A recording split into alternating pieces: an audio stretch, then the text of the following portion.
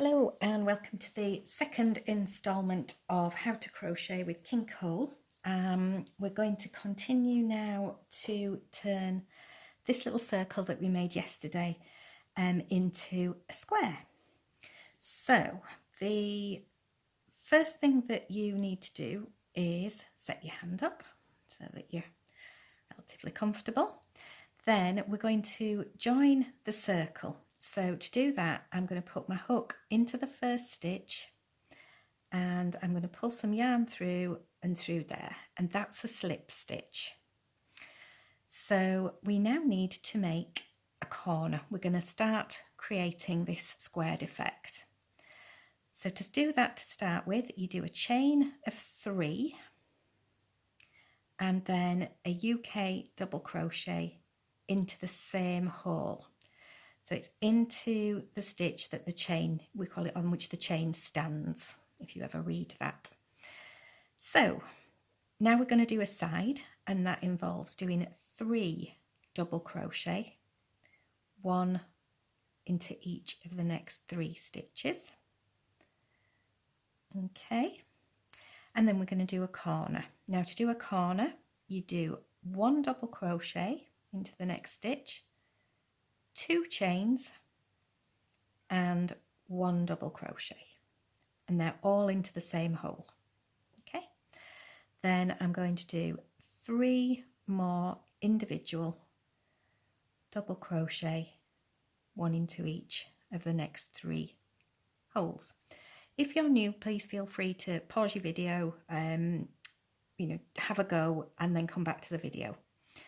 So now we're back at a corner, so I'm going to do a double, 2 chains and a double, all in the same hole, 3 individuals, so these are all double crochets again, and then I'm going to do another corner, so that's a double crochet, 2 chains and another double crochet, and then 3 final double crochet into the next 3 stitches, and then we're back at the beginning. So this is the original chain 3 and 1 double crochet, and that is my final corner.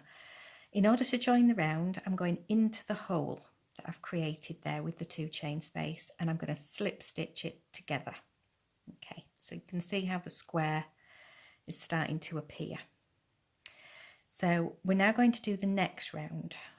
That's 3 chain to start the first corner, 1 double crochet into your first corner. At this point, because it can be difficult, particularly when you're new, to work out your rounds sometimes, I am going to pop a stitch marker, a removable stitch marker, just into that one. It might not seem that obvious why you need it to start with, but trust me, there are times when it's really useful. So now, because we have actually increased across the row, this time I'm going to have to do 5 double crochet. So that's 1, 2, 3, 4, 5. So that's 5 double crochet. I'm now actually back at a corner here. So I'm going into the corner. I'm doing a double, 2 chains and another double. Okay, then another 5 individual double crochets, 1 into each of the stitches on the row below. That's 4, and this is number 5. And then we're going into a corner, and I'm going to do a double, 2 chains and another double. Then I've got another 5 individuals. I'm going to show you this whole round, because after this I'll explain the theory of doing all the other rounds. You don't need to watch me do every single one. You can just quietly get on with it. Back at a corner again, so I'm doing double, 2 chains and another double, all into that 2 chain space we created at each corner. Oops,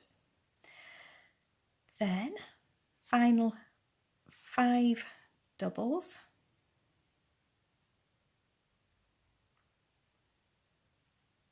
3, 4, 5, and then you can see we're back at the corner and we're going to slip stitch into that corner.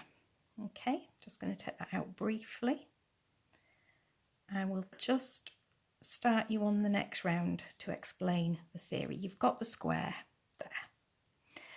So we're going to start again as we did before, 3 chains and a double crochet into that corner. Pop your marker back in if you need one. And then we start again right in the very first stitch. Now this time, again, because of the increase, we're going to do 7 across. It's 2 extra every row. So that's 3, 4, 5, 6, 7, and I'm back at my next corner. So work the corners as before, which is 1 double, 2 chain, 1 double. Now I won't go the complete round, but what you're then going to do is work 7 more individual double crochets and a corner, another 7 double crochets and a corner, another 7 double crochets and slip stitch into your corner. So you're repeating exactly the same theory all the way round until you have 21 individual stitches to work between each set. So once you've worked the round that's got 21 stitches plus your corners, then we'll come back and I'll show you how to do the next row. So I'm going to stop it there and let you crack on with that. Good luck.